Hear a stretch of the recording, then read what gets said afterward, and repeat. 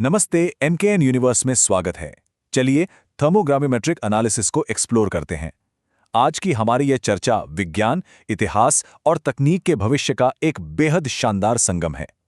यकीन मानिए, यह एक बहुत ही जबरदस्त और तकनीकी यात्रा होने वाली है। तो चलिए शुरू करते हैं। अदृश्य को मापना, यानी जो दिखता नहीं उसका वजन करना, है ना? बिल्कुल हैरान करने वाली बात। 20वीं सदी की शुरुआत में केमिस्ट्स के सामने ये सच में एक बहुत बड़ी चुनौती थी। जरा सोचिए, जब किसी ठोस पदार्थ को गर्म किया जाता है तो उसमें से गैसें किसी भूत की तरह हवा में गायब हो जाती हैं। अब इन गायब होने वाली गैसों का वजन आखिर कैसे मापा जाए? उस समय विज्ञान के लिए ये एक बहुत बड़ा रहस्य था।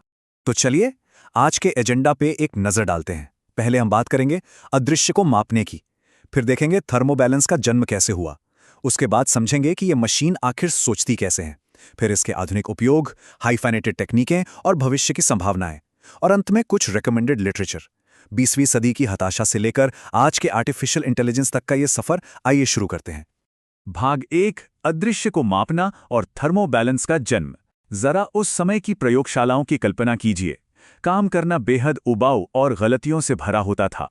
किसी भी सैंपल को गर्म करना, उसे डेसिकेटर में रखकर ठंडा होने का लंबा इंतजार करना और फिर उसका वजन मापना, और इस पूरी प्रक्रिया को दर्जनों बार दोहराना, ये कोई आसान काम नहीं था। और फिर 1915 से पहले की इस अंधाधुंध हीटिंग की समस्या का एक शानदार समाधान निकला।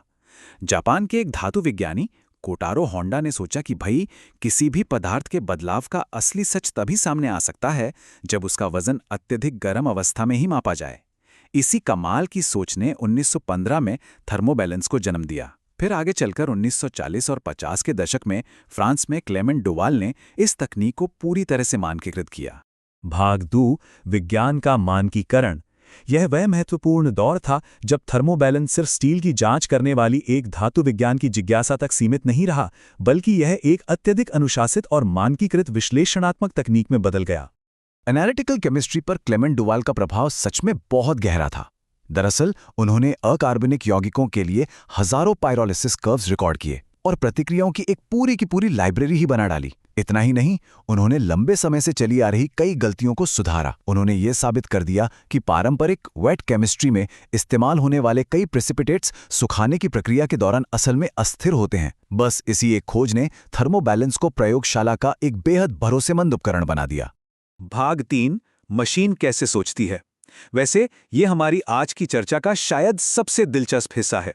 तो चलिए एक आधुनिक टीजीए मशीन के अंदर क्या चल रहा होता है, इस पूरे तंत्र को थोड़ा करीब से समझते हैं। सबसे हैरानी की बात तो ये है कि ये मशीन आखिर कितनी सटीक है। जरा इस संख्या पर गौर कीजिए, 0.000001 ग्राम, मतलब केवल कुछ माइक्रोग्राम। एक आधुनिक इलेक्ट्रॉनिक माइक्रोबैलेंस इतनी सूक्ष्मता से वजन के छोटे से छोटे उतार चढ़ाव को भी पकड़ सकता है। ये सच में किसी चमत्कार से कम नहीं है। अब इस मशीन के 3 मुख्य हिस्से होते हैं जो एक साथ बिल्कुल परफेक्शन के साथ काम करते हैं। पहला, माइक्रोबैलेंस सूक्ष्म वजन परिवर्तनों का पता लगाता है।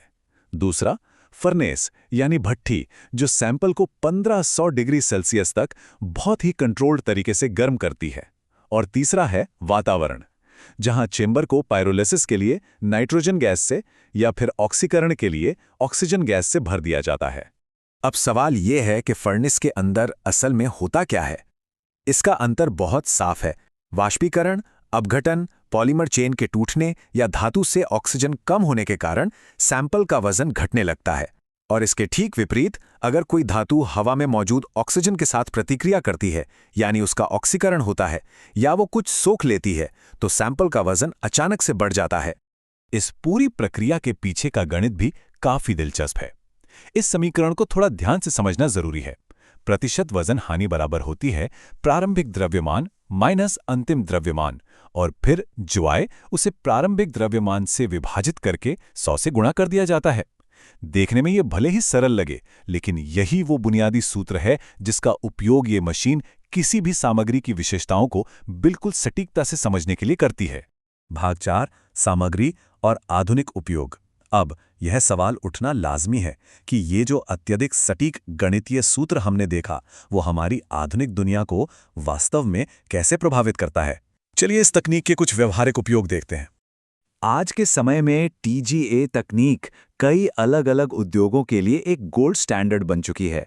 उदाहरण के लिए पॉलीमर्स में ये जांचना कि रबर में कितना प्लास्टिसाइजर है या कोई विशेष प्लास्टिक किस तापमान पर पिघलेगा और आग पकड़ेगा।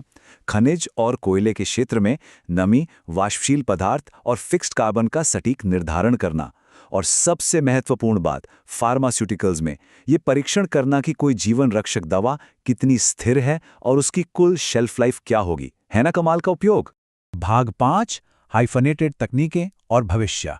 थर्मल विश्लेषण के इस आधुनिक युग में अब केवल एक अकेली और अंधी मशीन का उपयोग करना पूरी तरह से पुरानी बात हो चुकी है। अब जो चीज सबसे ज्यादा दिलचस्प है वो है इवॉल्व्ड गैस एनालिसिस यानी EGA। ये सच में एक क्रांतिकारी कदम है। जब एक TGA मशीन को मास स्पेक्ट्रोमीटर या FTIR के साथ जोड़ा जाता है तो ये मशीन सिर्फ ये नहीं बताती कि कितना वजन कम हुआ, बल्कि ये बिल्कुल सटीक रूप से बता देती है कि जो गैस बाहर निकली है उसकी रासायनिक प्रकृति असल में क्या है। और अगर हम भविष्य की बात करें तो संभावनाएं सच में बहुत ही ज्यादा रोमांचक हैं। सोचिए एक हाई प्रेशर TGA के बारे में जो गहरी खदानों या औद्योगिक रिएक्टरों की अत्यधिक दबाव वाली स्थितियों की लैब में ही नकल कर सकता है, या फिर माइक्रो TGA जो इंसान के एक बाल के आकार के छोटे से सैंपल का भी विश्लेषण करने की ताकत रखता है। और इन सबसे अत्याधुनिक है AI संचालित कर्व एनालिसिस। ये उन्नत एल्गोरिदम का उपयोग करके किसी भी सामग्री के लंबे समय तक चलने वाले व्यवहार की पहले ही भविष्यवाणी कर सकता है। भाग 6 अनुशंसित तकनीकी साहित्य। विज्ञान प्रेमियों के लिए यहाँ कुछ बेहतरीन तकनीकी साहित्य की सूची दी गई है, खासकर उन लोगों के लिए जो थर्मल विश्लेषण के गणित और ट्रबल शूटिंग की गहराई में उतरना चाहते हैं। ये कुछ मूलभूत पुस्तकें हैं जो एक बेहतरीन मैट्रिक्स प्रस्तुत करती हैं। Robert F. स्पियर की किताब मुख्य रूप से भौतिकी, सिरामिक्स और हीट फ्लो के गणित पर गहराई से केंद्रित है। पॉल गबॉट की किताब पॉलीमर्स और प्रयोगों की व्यवहारिक व्याख्या के लिए एक बेहद शानदार गाइड है। वहीं दूसरी ओर साइमन गैसबर्ड और मार्क सैंडर्स की पुस्तक फार्मास्यूटिकल्स, जीव विज्ञान और आधुनिक EGA तकनीकों पर बहुत ही विस्तार से प्रकाश डालती है। और अंत में ये सब हमें एक बहुत ही गहरे और विचारोत्तेजक सवाल के साथ छोड़ जाता है। क्या आर्टिफिशियल इंटेलिजेंस वास्तव में केवल 2 घंटे के हीटिंग परीक्षण के आधार पर किसी सामग्री के पूरे 50 साल के जीवनकाल की बिल्कुल सटीक भविष्यवाणी कर सकता है? ये एक ऐसा विचार है जो भविष्य के मटेरियल साइंस की पूरी दिशा ही तय कर देगा। PDF के लिए डिस्क्रिप्शन चेक करें। त्वरित और अधिक अपडेट के लिए चैनल को सब्सक्राइब करें।